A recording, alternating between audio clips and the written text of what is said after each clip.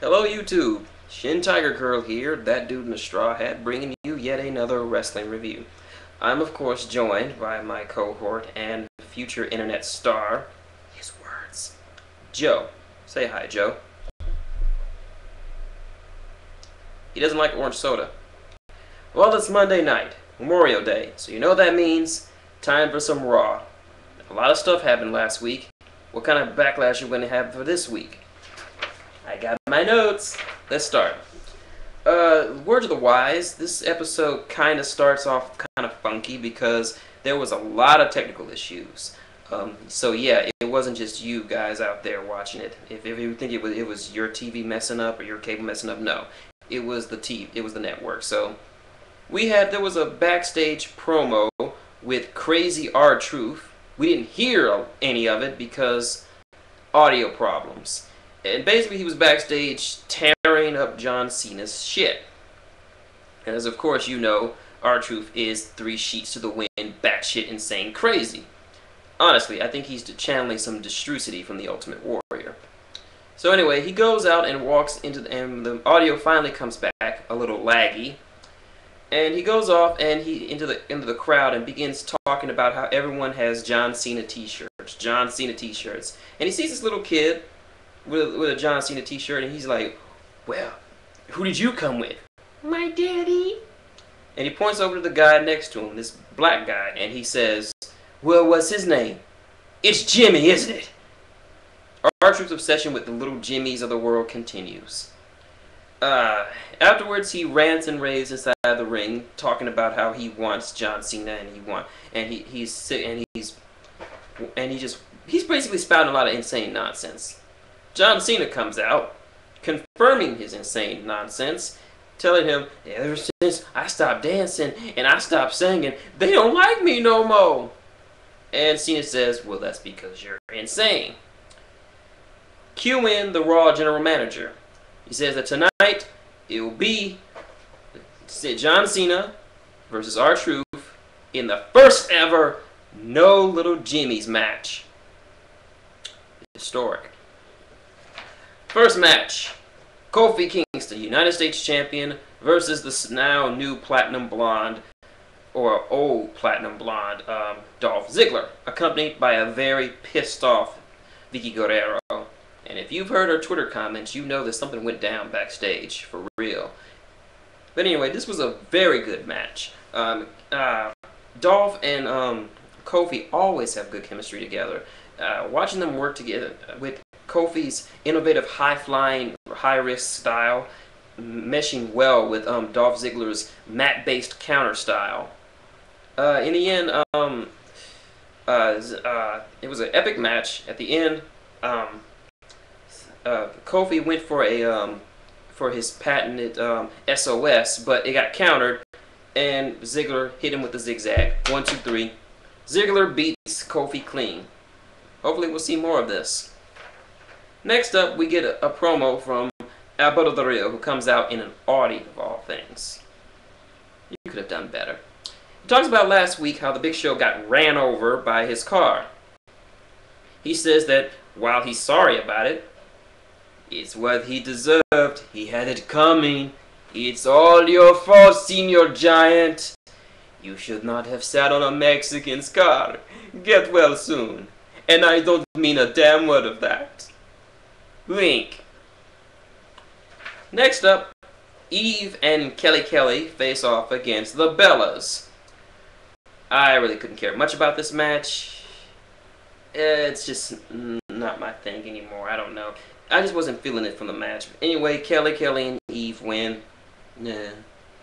Next up, Michael Cole gets in the ring, and he's going to interview his former running pal and fellow butt pal for The Miz, Alex Riley. Riley comes out with a kick-ass theme song with his own theme music, which sounds pretty boss.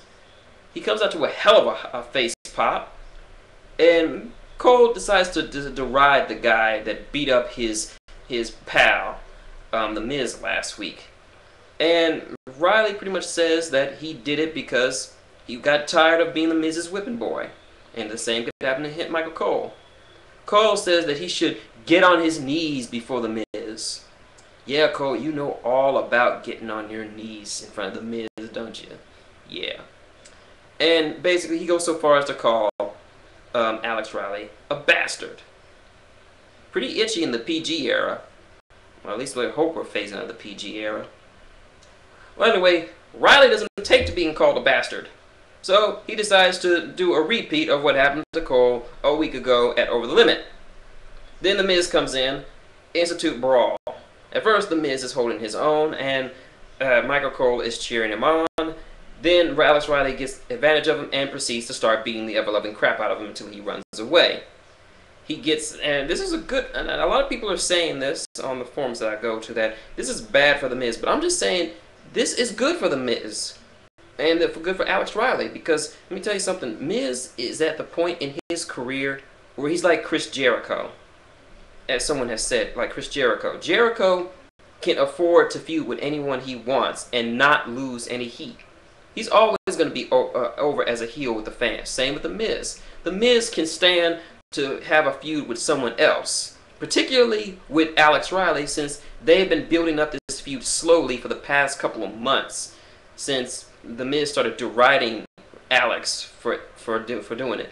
And frankly, this is exactly what Alex Riley needed. I've been down on him for a long time, but this is show me him in a new light. So, and I like where this feud is going. Let's hope the match they eventually will have pays off. Next up, speaking of old feuds, CM Punk takes on Rey Mysterio. If you didn't know, these two used to have a very intense and very long feud back a long time ago.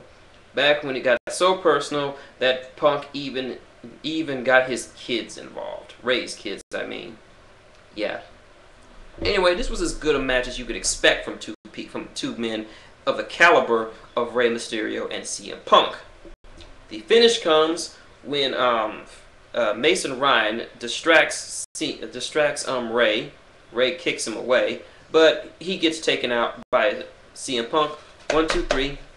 CM Punk wins, and frankly, he needed this win because as good as he is, his stock hasn't been very high in the company lately, and I can understand why he's thinking about leaving the WWE.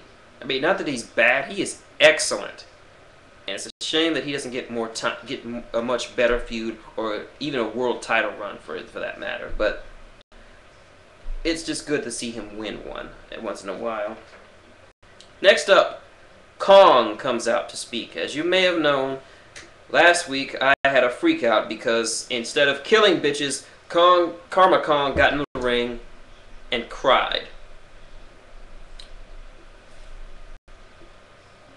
Promised myself I would not freak out, not this week. Anyway, Kong speaks, and this isn't Kong or Karma or whatever she's going by. This is her. This is Kia Stevens. This is the woman behind the whatever it is. She comes out and she says how she worked hard to become a female wrestler, and how she didn't even participate in the season 2 of Tough Enough. But Jim Ross said that she was too fat to be a WWE diva. Jim Ross, you should count your lucky stars as you're still alive. Anyway, she says how she scrubbed the floors of wrestling dojos just to learn martial arts, how she went from podunk company to podunk company, building up a name for herself. And she comes in, and the WWE welcomes her with open arms, and now, if you haven't heard, the Awesome Kong, aka Karma, a real name Kia Stevens, is pregnant. Yes, she's legitimately pregnant. And of course, in this business, you can't wrestle pregnant. So she decides, so she's going to be taking at least the next 9 months off to have her kid. So, and she thanks the WWE fans who give her a rousing applause. Then the Bellas come out, mocking her about how fat she is and how her child is, who would ever want to sleep with her. Just to let you know, twins, just because she's pregnant doesn't mean she can't kill you. Kong just jumps at them, and they run like little bitches. She then says, "Make good use of make good use of the next year. It'll be your last." You're on notice, Bella twins. You're on death row. You got 1 year. Make it good. So, but good luck to you, Miss Stevens. I hope you have a healthy baby. We will all miss you in the WWE. I know I miss seeing you kill bitches every week. But this is what you have to do. So, we'll miss you. And it'll be a hard, lonely year without you. So, good luck, Kong. Next up, we have a damn stupid another promo with Barack Obama. I don't hate Barack Obama. I just hate these fucking promos, and I'm not gonna even waste my time with it. Next up, Jack Swagger versus Evan Bourne, rematch from last week. It was slightly longer than last week's, but a little bit better. The end comes when Evan Bourne picks up the win, surprising a lot of people, and stunning Jack Swagger. Almighty, I hope this brings back his cred, since the last feud he was in pretty much destroyed him. Oh, and we have a Zack Ryder sighting. I'm not a fan of his, but Joe is, and well, Joe wants to be Broski of the week, so he's gonna cut a video. I might as well.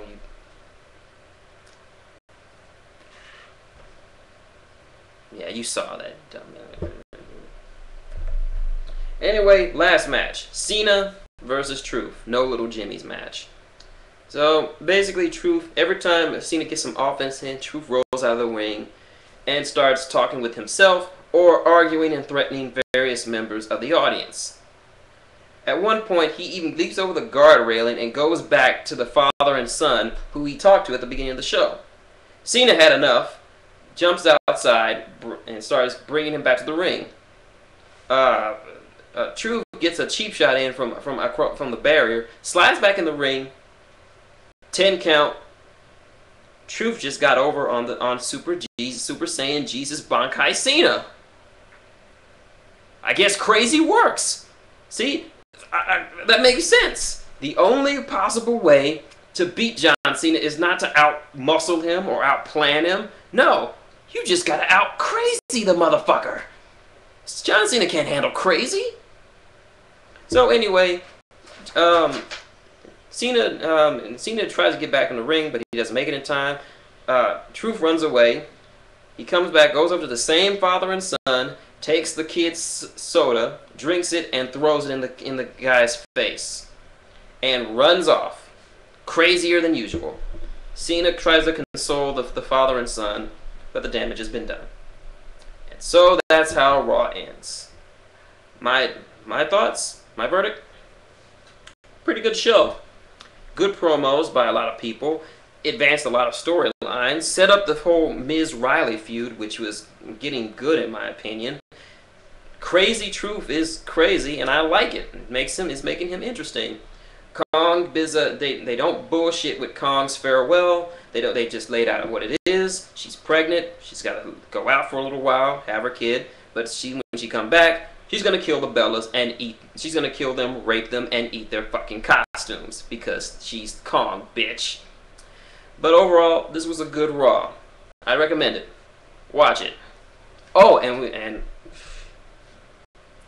Zack Ryder sighting. I already said it.